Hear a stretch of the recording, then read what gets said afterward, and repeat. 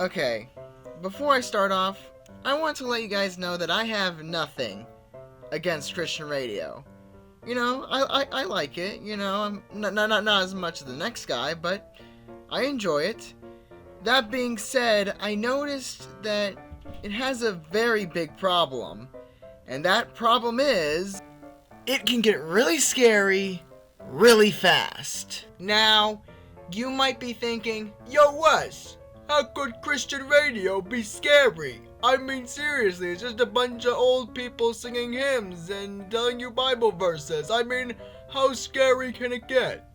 Well, if you thought that just now, I can tell you without a doubt that you've never listened to Christian radio before.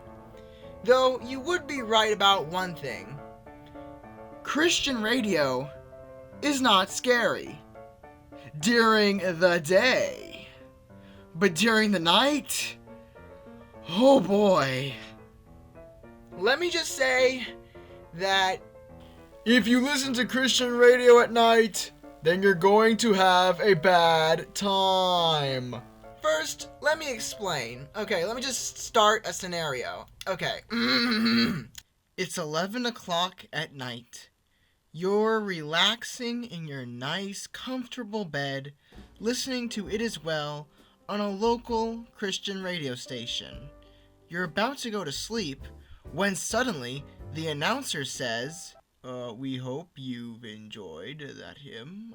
Coming up next, we have Dr. Temple, and he'll be discussing about how your neighbors could be possessed by demons and who may try to kill you. You see what I'm talking about now, right? That just came straight out of nowhere. No warning. Nothing. At least with Unshackled and Adventures+In+Odessy, they give out listener discretion warnings. Anyway, it doesn't matter what Christian radio station you come across, the subject will always come up sooner or later.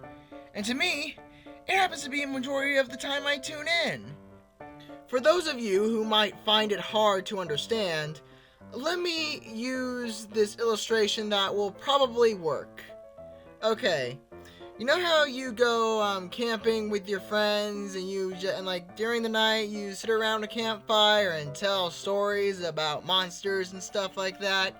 And like you just brush it off by saying, monsters don't exist. There couldn't possibly be any monsters. You know, monsters don't exist. But later that night, you're in your tent all like, was that a monster?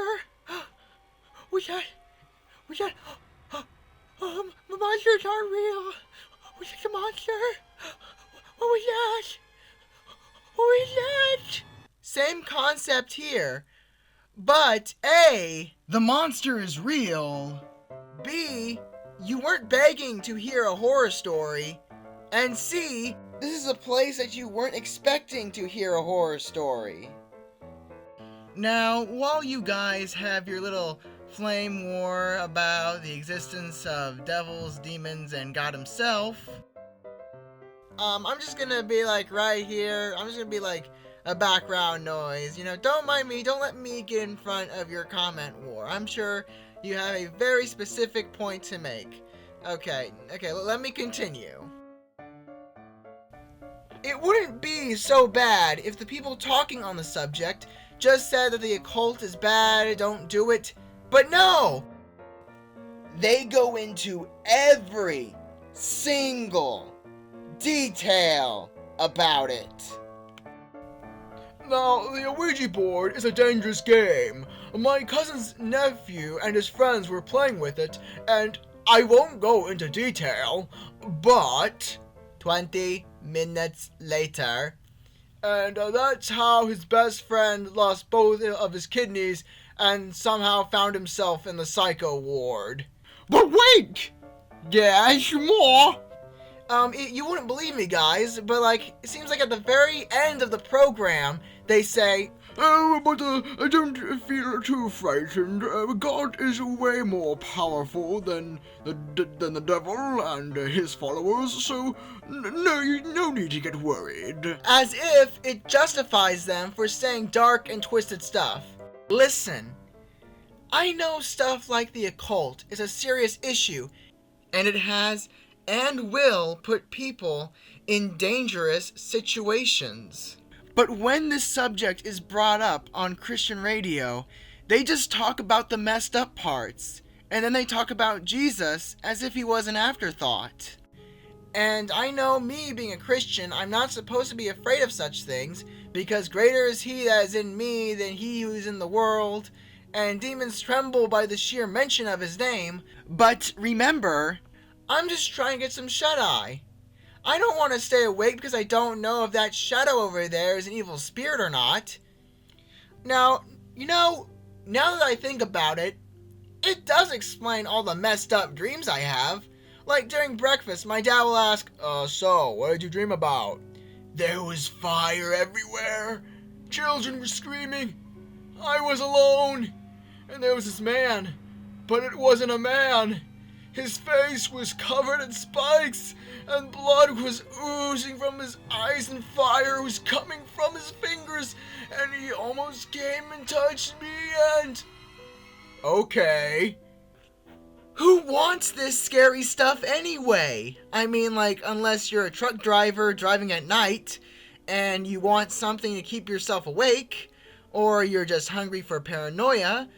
But for the rest of us, we don't want it on the air. Finally, saying God is more powerful than anything is really an encouraging message, and it's something nice to sleep on. And yes, we do have to be on the lookout, because the devil prowls around like a roaring lion, ready to strike.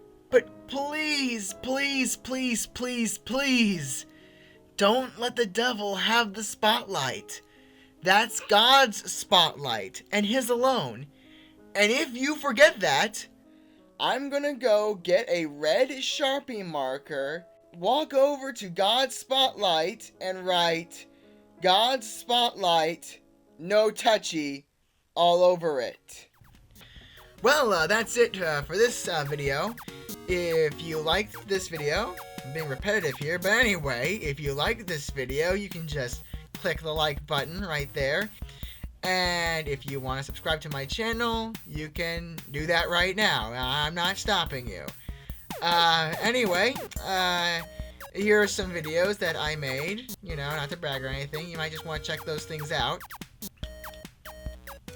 And if you don't mind, I'm going to send an angry letter to Pureflix about them releasing God's Not Dead 2 on April 1st. I mean, like, what were they thinking?